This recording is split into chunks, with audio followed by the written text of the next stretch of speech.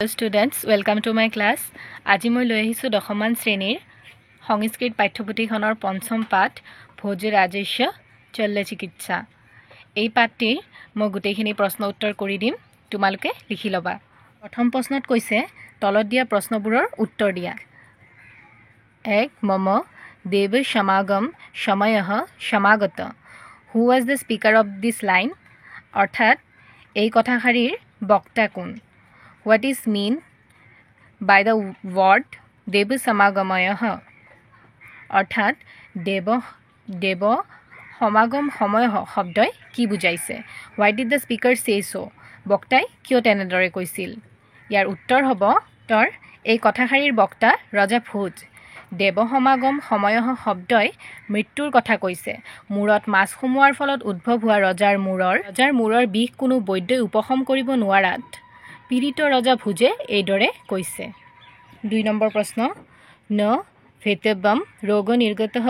Who said this and to whom was it said? কথাষাৰি কোনে কাক কৈছিল? Disease is refer to here. How was the disease cured? অৰ্থাৎ কিদৰে ৰোগৰ উপশম হ'ব? অশ্বিনী কুমাৰদ্বয়ে ৰজা ভোজক এইদৰে কৈছে। ইয়াত ভোজ ৰজাৰ অসুখৰ কথা কোৱা হৈছে। অশ্বিনী কুমাৰদ্বয়ৰ চিকিৎসাৰ দ্বাৰা এই ৰোগৰ উপশম হ'ল। পৰৱৰ্তী গ নম্বৰ প্ৰশ্ন কিছুমাকং পথ্যম।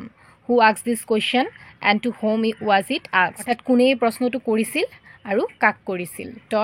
ৰজা ভোজে এই প্ৰশ্নটো অশ্বিনী কুমাৰদ্বয়ক কৰিছিল। ২ নম্বৰ কৈছে এই পাঠৰ কাহিনীভাগ চমুকৈ বৰ্ণনা কৰা। কোনো এবাৰ ভোজ ৰজাই নগৰৰ বাহিৰলৈ গৈ নতুন পুখুৰীৰ পানীৰে বাল্যকালৰ পৰাই কৰি অহা মস্তক শোধন কৰিছিল।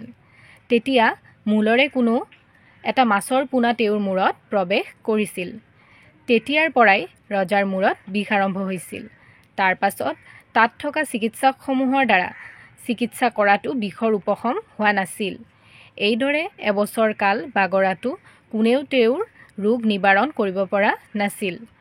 তেতিয়া দুখিত মনেৰে ৰজাই কাষত থকা মন্ত্ৰী বুদ্ধিসাগৰক সেহাই কৈছিল, বুদ্ধিসাগৰ, ইয়াৰ পিছত এই ঠাইত কোনো চিকিৎসকে বসবাস কৰিব নোৱাৰিব।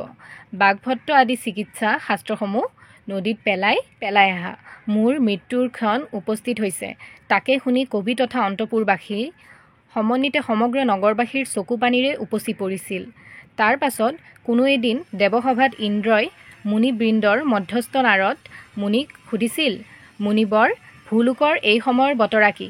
তেতিয়া নাৰদে কৈছিল, সুৰনাথ, একো বিশেষ বতৰা নাই, কিন্তু ধাৰনগৰীৰ ৰজা ভোজ ৰোগপীড়িত হৈ প্ৰায়েই অসুস্থ হৈ থাকে। তেওঁৰ ৰোগ কোনো বৈদ্যৰ দ্বাৰা উপশম হোৱা নাই। গতিকে ভোজে নিজ দেশৰ পৰা চিকিৎসকসকলকো নিষ্কাশিত কৰিছে, বৈদ্যশাস্ত্ৰকো মিছা বুলি প্ৰতিপন্ন কৰিছে। ইয়াকে শুনি ইন্দ্ৰই সমীপৱৰ্তী অশ্বিনী কুমাৰদ্বয়ক কৈছিল, হেৰা স্বৰ্গৰ চিকিৎসকদ্বয়, এই ধনন্তৰী চিকিৎসা শাস্ত্ৰ কিদৰে মিছা হ'ল? তেতিয়া তেওঁলোক দুজন কৈছিল, অমৰেশ দেৱ, এই শাস্ত্ৰ মিছা নহয়, কিন্তু অচিন ৰোগৰ দ্বাৰা এই ভোজ ৰজা পীড়িত হৈছে। ইন্দ্ৰই সুধিছিল, কি এই অনিবাৰণীয় ৰোগ তোমালোকে জানানে? তেতিয়া তেওঁলোকে কৈছিল, মহাৰাজ, ৰজা ভোজে মস্তক শোধন কৰোঁতে এটা মাছৰ পোনা প্ৰৱেশ কৰিছিল, সেয়াই এই ৰোগৰ কাৰণ। তেতিয়া ইন্দ্ৰই কৈছিল, তেন্তে এই মুহূৰ্ততে তোমালোকে ভূলোকলৈ যোৱা হওক, নহ'লে ইয়াৰ পিছত ভূলোকত চিকিৎসা শাস্ত্ৰৰ অসিদ্ধি হ'ব আৰু তেওঁ নিশ্চয় সৰস্বতী বিলাসৰ আৱাসস্বৰূপ আৰু সকলো শাস্ত্ৰৰে ঊৰ্ধত।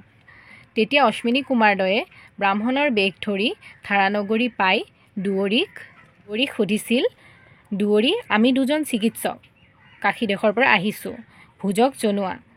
তেওঁৰ দ্বাৰা বৈদ্যশাস্ত্ৰক মিছা বুলি প্ৰতিপন্ন কৰা শুনি তাক প্ৰতিষ্ঠিত কৰিবলৈ আৰু ৰজাৰ ৰোগ নিবাৰণৰ বাবে আহিছোঁ। দুৱৰীয়ে ক'লে, হে বিপ্ৰ, ৰজাই কৈছে কোনো চিকিৎসক ভিতৰত প্ৰৱেশ কৰিব নোৱাৰে।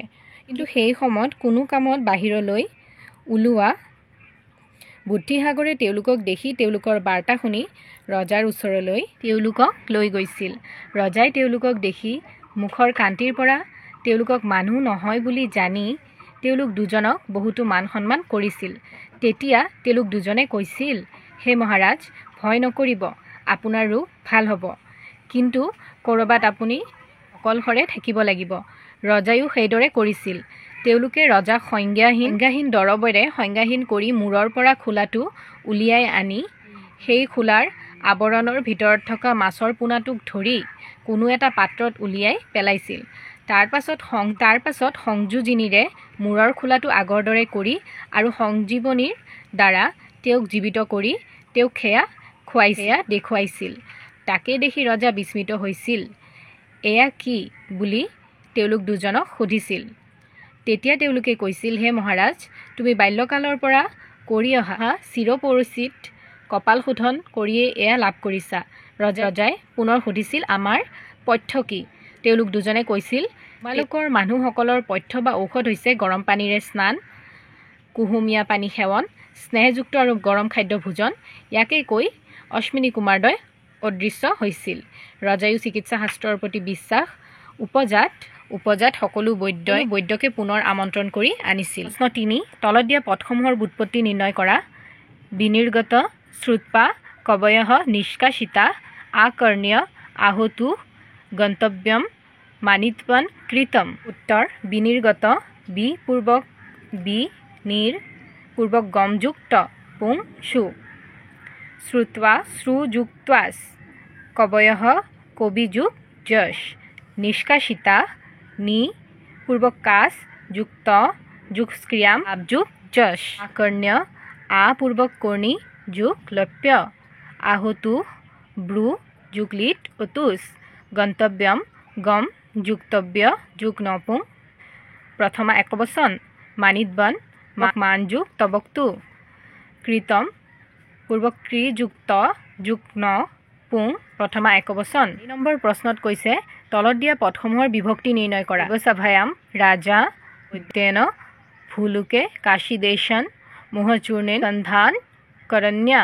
উত্তৰ, দেৱসভায়াম অধিকৰণে সপ্তমী, ৰাজা কৰ্তৰি প্ৰথমা, বৈদ্যান অনুক্তে কৰ্তৰি তৃতীয়া, ভুলুকে অধুকৰণে সপ্তমী, কাশীদেশাত অপাদানে পঞ্চমী, মোহচূৰ্ণেন কৰ্ণে তৃতীয়া, সন্ধান কৰণ্যা কৰণে তৃতীয়া। ৫ নম্বৰ প্ৰশ্নত কৈছে, তলত দিয়া পদসমূহৰ বেশ বাক্য লিখি সমাসৰৰ নাম লিখা।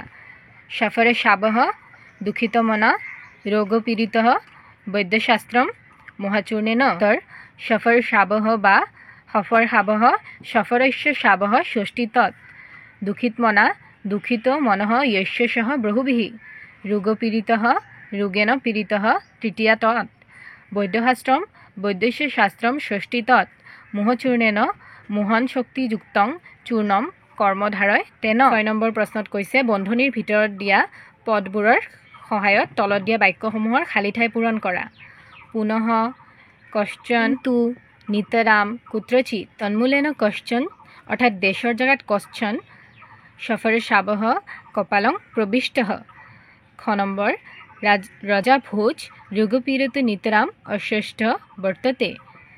গ নম্বৰ, কুত্ৰচিৎ অমৰবিদিতেন ৰোগেন বাধ্য তেহৌষ ভোজঃ কিন্তু একান্তে তয়া ভবিতব্যম। ঙ নম্বৰ, ৰাজা সৰ্বান বৈদ্যান পুনঃ আমন্ত্ৰয়ামাস, অৰ্থাৎ দেশৰ জেগাত পুনঃ শব্দটো বহিব। অনুশীলনীৰ প্ৰশ্ন উত্তৰ বা পাঠ্যভিত্তিক প্ৰশ্ন উত্তৰ এইখিনিলৈকে আছিল। এতিয়া মই কিছুমান এক্সট্ৰা প্ৰশ্ন উত্তৰ দিম। ভোজৰাজস্য শল্যচিকিৎসা পাঠটো ক'ৰ পৰা লোৱা? ভোজৰাজস্য শল্যচিকিৎসা পাঠটো শ্ৰী বল্লাল দেৱৰ ভোজ প্ৰবন্ধৰ পৰা লোৱা হৈছে। ভোজ ৰজাৰ মন্ত্ৰীৰ নাম কি? ভোজ ৰজাৰ মন্ত্ৰীৰ নাম বুদ্ধিসাগৰ। পুৰন্দৰ কোন? পুৰন্দৰ হৈছে দেৱৰাজ ইন্দ্ৰ। বীণামণি কোন? বীণামণি হৈছে দেৱৰ্ষি নাৰদ। স্বৰ্গৰ চিকিৎসক কোন? স্বৰ্গৰ চিকিৎসক অশ্বিনী কুমাৰদ্বয়। ৰজা ভোজৰ নগৰখনৰ নাম কি? ৰজা ভোজৰ নগৰখনৰ নাম ধাৰানগৰী। ভৌ সৰ্বদ্য কথামন্দ্ৰিতং ধনন্তৰীয় শাস্ত্ৰম কথাষাৰ বক্তা কোন? বক্তাই কাক কথাষাৰ কৈছে? কিয় কৈছে? কথাষাৰৰ বক্তা ইন্দ্ৰ, বক্তাই অশ্বিনী কুমাৰদ্বয়ক কথাষাৰ কৈছে। ৰজা ভোজক চিকিৎসকসকলে সুস্থ কৰি তুলিব নোৱাৰাত ভোজে চিকিৎসা শাস্ত্ৰক মিছা বুলি প্ৰতিপন্ন কৰা শুনি আশ্চৰ্যান্বিত হোৱা ইন্দ্ৰই এই কথাষাৰ অশ্বিনী কুমাৰদ্বয়ক প্ৰশ্ন কৰিছিল। অশ্বিনী কুমাৰদ্বয়ে ধাৰানগৰলৈ কিয় আহিছিল? উত্তৰ, অশ্বিনী কুমাৰদ্বয়ে ৰজা ভোজক চিকিৎসাৰে সুস্থ কৰি চিকিৎসা শাস্ত্ৰৰ সত্যতা প্ৰতিপন্ন কৰিবলৈ ধাৰানগৰলৈ আহিছিল। প্ৰশ্ন ১০, ৰজাই শেষত বৈদ্যসকলক কি কৰিলে? উত্তৰ, ৰজাই শেষত বৈদ্যসকলক সসন্মানে পুনৰ ৰাজ্যলৈ উভতাই আনিলে। প্ৰশ্ন 11 বিভক্তি নিৰ্ণয় কৰা। নগৰাত দেৱৈসভায়াম বৈদ্যেন চিকিৎসা শাস্ত্ৰম ভোজঃ বুদ্ধিসাগৰং। নগৰাত বহিযোগে পঞ্চমী, দেৱসভায়াম অধিকৰণে সপ্তমী, বৈদ্যেন অনুক্তে কৰ্তৰি তৃতীয়া, চিকিৎসা শাস্ত্ৰম প্ৰতি শব্দযোগে দ্বিতীয়া, ভোজঃ কৰ্তৰি প্ৰথমা, বুদ্ধিসাগৰম কৰ্মণি দ্বিতীয়া। প্ৰথম পাঠৰ পাঠ্যভিত্তিক প্ৰশ্ন উত্তৰৰ লগতে মোৰ এক্সট্ৰা কুৱেশ্যন আনচাৰখিনিও দিয়া ইতিমধ্যে সমাপ্ত হ'ল। তোমালোকক যদি এনেদৰে আৰু এক্সট্ৰা কুৱেশ্যন আনচাৰৰ প্ৰয়োজন হয় তোমালোকে মোক এটা কমেণ্ট দি জনাবা, মই নিশ্চয় ভিডিঅ' কৰি দিম। আজিলৈ ইমানেই, ধন্যবাদ।